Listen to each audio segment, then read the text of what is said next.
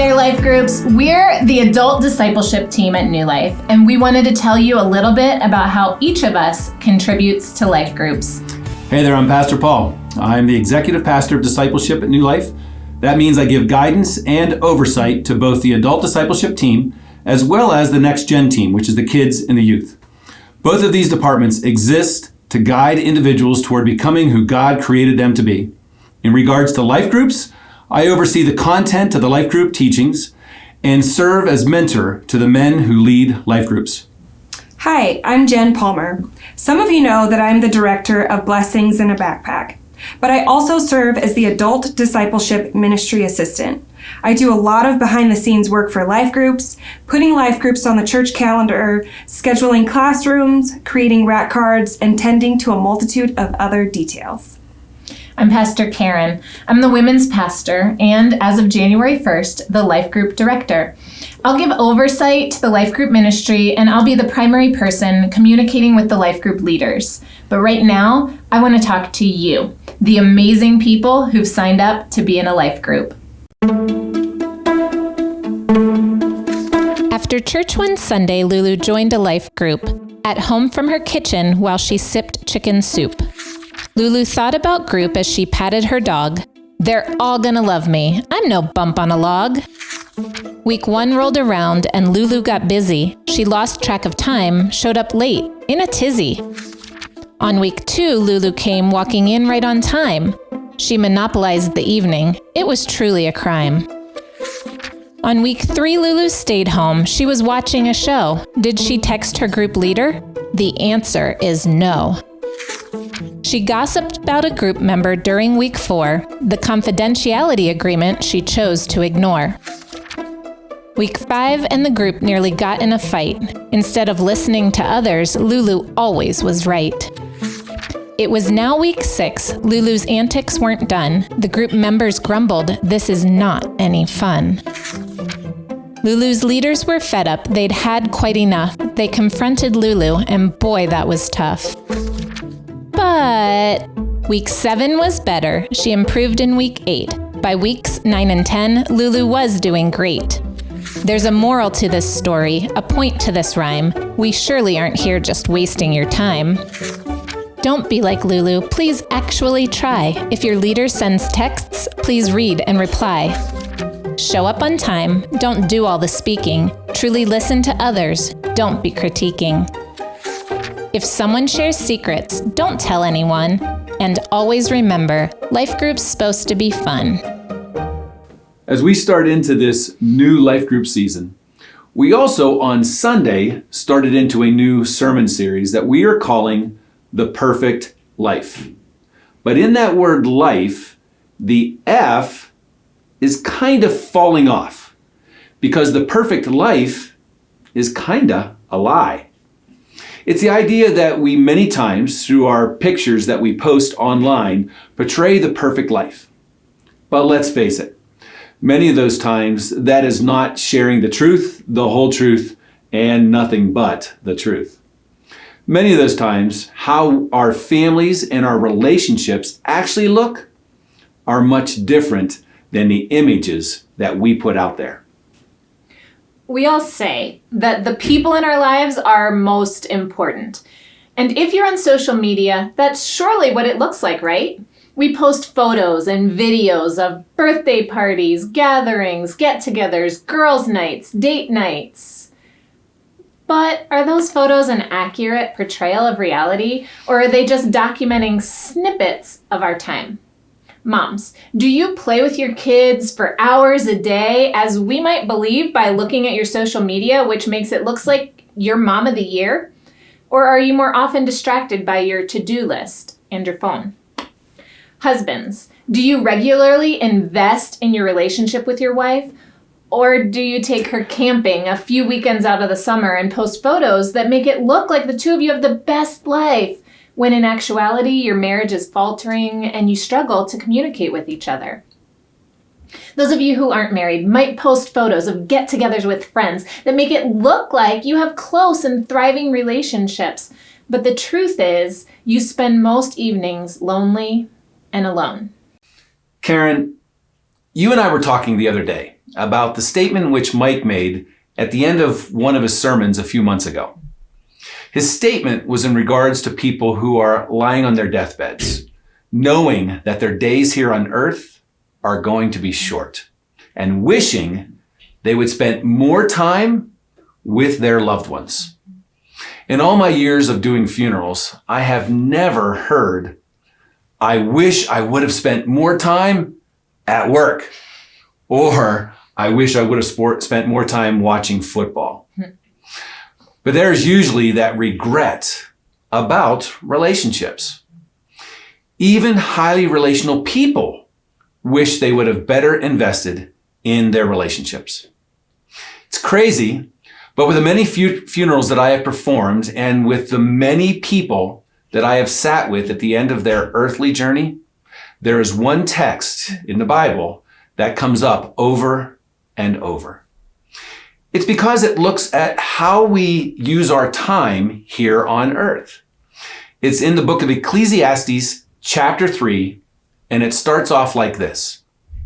"For everything, there is a season, a time for every activity under heaven, a time to be born and a time to die, a time to plant and a time to harvest, a time to kill and a time to heal, a time to tear down and a time to build up, a time to cry and a time to laugh, a time to grieve and a time to dance."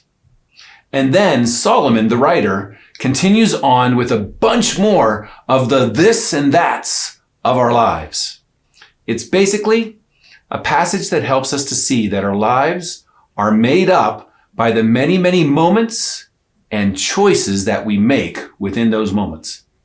And our lives are made up of the activities that we choose to do in each of those moments. For instance, just think of the last 24 hours of your life. What did you do?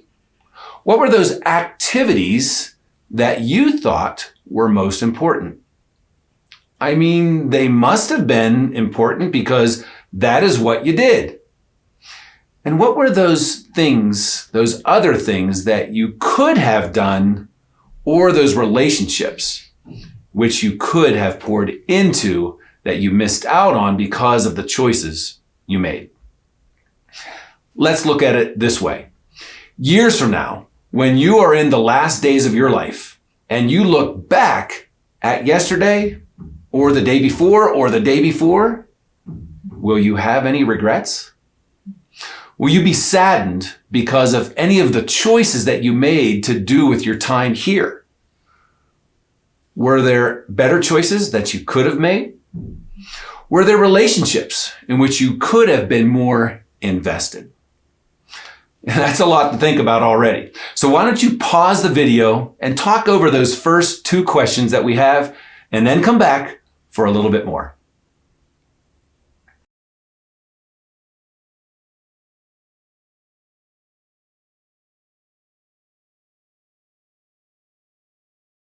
In that same teaching that you just mentioned, Pastor Mike talked about how we can only spend our time. Once it's gone, it's gone. Well, I want to consider the concept then of investing our time, using our time wisely and intentionally so that what we're doing isn't just spending, but actively investing or creating deposits in relationships. Let's look at another passage. As apostles of Christ, we certainly had a right to make some demands of you, but instead, we were like children among you, or we were like a mother feeding and caring for her own children. We loved you so much that we shared with you not only God's good news, but our own lives too. The Apostle Paul is talking to the church at Thessalonica, and he's talking about how, as an apostle, they could have expected or demanded that the church take care of them and take care of their needs. Instead, they worked hard to provide for their own needs so that they weren't a burden to the church. But that's not what I want to focus on. I want to look at the end of verse 7 and verse 8. Paul says they were like a mother feeding or caring for her own children. Or a better translation is actually a nursing mother. Nursing mothers give everything to their infants. They're on demand every 2 to 3 hours around the clock. A nursing mom gives of herself, of her very life, to that baby. Paul goes on to say they shared not only the gospel, but their lives as well with the church in Thessalonica. So how do we do this? How do we share our lives with others? In our society, we've become very good, thanks to social media, at sharing our opinions with others. Yeah. But that is not sharing our lives. Sharing our lives means time. We need to spend or invest our time in the lives of others. Doing life together means inviting people into your home. When I was a young mom, I had a few friends that did life together. We helped each other clean our homes. We made and ate meals together with our little kids. We went to doctor's appointments with each other. We were family. Now, this is going to look different for each of us. If you're a dude, it may mean pulling alongside of a young coworker and mentoring him, inviting him to lunch and investing in him professionally and personally. If you're a mom, it may mean involving your kids in making dinner and teaching them to cook. As a friend, maybe you invite friends into your home to share a meal. But what happens as we do tasks and work alongside of each other, we not only accomplish things, but we also make deposits of time and care. We naturally get into conversations and pour out our hearts and share our lives and our wisdom, and we impact others. Karen, can I share a quick example of this? Sure. You know, I've been in several fantasy football leagues through the years. Some of them have been highly relational. Others are simply me sitting in front of my computer and making trades and seeing how my team did. I realized last year that the leagues that I was in at the moment, well, they were the latter. They weren't at all relational. And so I planned on not doing fantasy football. Until Andrew, our son, asked if I wanted to do fantasy with him. He and I had a great time talking about players and teams and how we were doing in our leagues.